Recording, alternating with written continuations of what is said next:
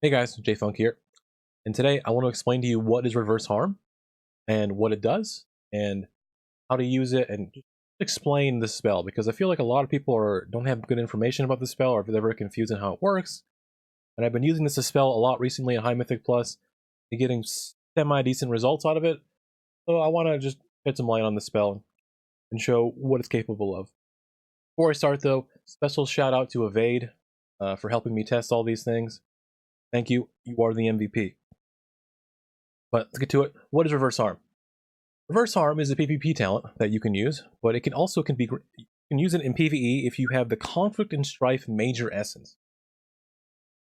Now, what does this spell do? It heals a friendly target for 8% of their max health and causes 100% of the amount healed to instantly be dealt to the nearest enemy as nature damage within 5 yards. This is a chi generator. It costs 40 energy and has a 10-yard range with a 10-second cooldown. So what is important to note here is that while it has a 10-yard casting range on it, the damage is only dealt within 5 yards. So make sure that when you cast the spell, that you're healing a target that is within 5 yards of an enemy. So, but how does this work? How does this essence work? Well, this ability is probably one of the more interesting or weird abilities in the entire game. It has very specific situations. First off the bat, that isn't mentioned here, but Reverse Harm has a special flag on the ability where it prevents it from critting. So Reverse Harm does not benefit from crit. It cannot crit. But let's look at the healing portion first. Healing, it benefits from versatility. So if my monk has 20% versatility right now in my gear, instead of healing a target for 8% of their max health, I will heal them for 10. Important to note that even though I'm healing them for 10, the damage that I'm doing is not increased. It's only increasing the healing portion of that effect. The healing also benefits from healing received increased effects such as Guardian Druid Mastery, Holy Priest Guardian Spirit, Blood Decays, Vampiric Blood. Will all increase the healing this does, but once again, it will not increase the damage. The healing done effects such as Serenity do work. So Serenity increases the healing that you do by 20%. If you heal someone while it's active, you will heal for more. Now, how does the damage portion work? Well, the damage portion benefits from mastery and the raw max HP of the target. So, say the best targets to heal would be the highest health target possible, such as Vengeance Demon Hunter, Blood Decays, that kind of thing. So if I heal a Vengeance Demon Hunter in Metamorphosis that has 1.2 million HP, I'm going to do 120k damage or so with this ability. And it only deals damage based on what it healed. So if you heal a full health target, it will do 0 damage. So you want to make sure that when you're healing a target, when you want to do damage with this ability, you want to heal a target that is missing 8% at least of their HP. It damages the nearest enemy within 5 yards of the target. So if you want to get priority damage, maybe tell your tank or whoever you're healing, or maybe yourself, to move within 5 yards of that target, be the closest to that target that you want to damage. And in terms of just doing damage, make sure if your tank is hiding in Mythic Plus for some reason, make sure that they're in range of an enemy before you heal them. Otherwise, it will do no damage. And this is a weird one, guys. Healing taken decreases, such as necrotic, do not lower the damage that Reverse Harm does. The Reverse Harm will do less healing with necrotic. So say they have enough necrotic sacks where they're taking 50% less healing, right?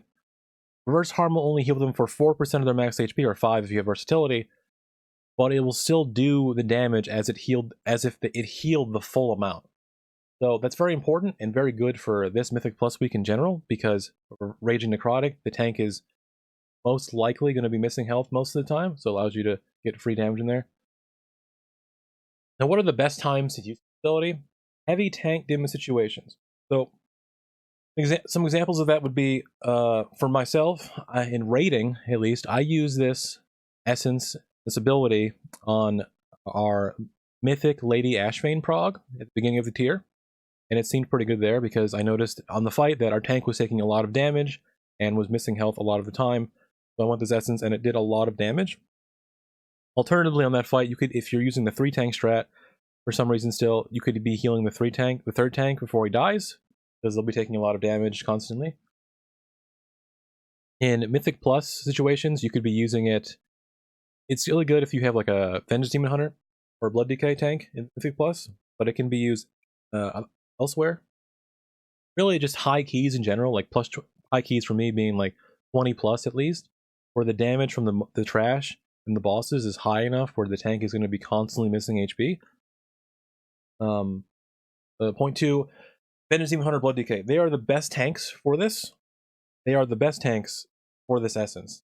You want to be running with them ideally. I've been running with the Vengeance Demon Hunter quite a bit in Mythic Plus recently, and I've noticed that Vengeance Demon Hunter plus this essence ends up being very strong. If I heal Vengeance Demon Hunter in meta, it'll do like 127k damage, and on a 10-second cooldown, that's really strong. But bottom line is the highest max HP target that is missing health and that is near a target within 5 yards wins. You want to be healing that target as much as possible. Now, what is the point? Why bother going through all this effort? Why bother like watching your tank's HP pool while also doing mechanics, while also doing your rotation? Why bother going through all this trouble? Well, I'll tell you why. This is why you go through the trouble. It has this essence, this ability has the highest single target damage potential of any like essence in the entire game. You'll notice on the left here, this is from a Temple 21 on Galvas. We had a Vengeance Demon Hunter tank that I was healing on cooldown, and our Vengeance Demon Hunter tank got 90 stacks of the Pillars buff in Galvas. Now this is a very, very niche situation, but this is the raw potential of reverse harm. If you can theoretically heal a target with an insanely high health pool all of the time, it can do 16% of your damage. It did 8.4k DPS as an essence. That is extremely high for an essence, while also simultaneously doing healing and giving you resource. So this ability is just thing. Speaking of that, the off healing that you can provide for your healer can be very helpful in these higher damage situations. Make sure the tank doesn't die, or to make sure that you don't die, because Windwalker's survivability isn't the best at times. It can be very helpful.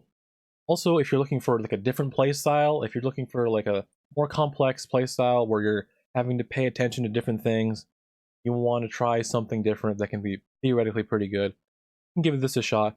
It's very interesting, at times very frustrating to use, but I think if in the right circumstances, it can be very rewarding. Now you see on the right here, this is more of an average case. This is from Unbound Abomination. I think this is an Underrot plus 21 or plus 22 that area. This is more of an average case for reverse harm and how it will deal. It does 3.7k, so about like half or so, a little less than half of the DPS that it normally does. But it can still be pretty strong, given that on single target, it's still a lot of your damage. It's a very strong ability for single target DPS. And I noticed for Windwalker at least, Windwalker's AoE damage is still pretty strong, even without an AoE essence such as Iris or Blood of the Enemy Major. But our single target is always lackluster, so this can help out with that. But how do you use this ability? How do you use reverse harm efficiently? Well, to make it easy on yourself, you should definitely have a macro. I do not recommend manually casting this ability. That's what I tried to do at the start of the patch 8.2 when it came out. It was very difficult to use it. But if you have a macro, it can make it much easier to do. So I have some examples macros here, and I'll put some down in the description below. You can use a show tooltip, cast at mouse over, reverse harm. This is a mouse over macro for reverse harm. This is nice to heal whoever you need to at the time. Usually for myself, I have two different macros. I have this mouse over macro so I can heal whoever I need to. And then I have this second macro here where it will stop channeling Fist. It won't cast the macro if you're channeling Fist of Fury. It won't cast it if you're channeling Crackling Jade Lightning. It will cast Fist of the White Tiger if you're talented into that, or it will cast Energizing Elixir if you're talented into that. But most likely, if you're using reverse harm, you should be using Ascension as a talent. This macro kind of serves a dual purpose of a talent of a macro that will use Fist of the White Tiger for you, but it will do reverse harm as well. But what this is just a simple target of target. So if this will heal the target of my target with reverse harm if it exists and is an ally. So those are the two macros that I use. You can also, I've seen people recommend using a, you're going to use reverse harm, and in specifically Mythic Plus, you can use a at party 1. If the tank is the leader, do an at party 1 macro for reverse harm, and it'll heal the tank every time. You can do that as well. It can be very useful, because I noticed sometimes there are mobs that will just drop their target when they cast something, or they'll target someone else that isn't the tank, so that could be useful there if you want. But that's reverse harm, guys. I mean, that kind of concludes the video. Hopefully you guys try it out and like it. Let me know what you think of this video, if you want to see more like this or not, like the video or not. Make sure to check out my Twitch channel, which is down below. Want to see Windwalker Monk stuff.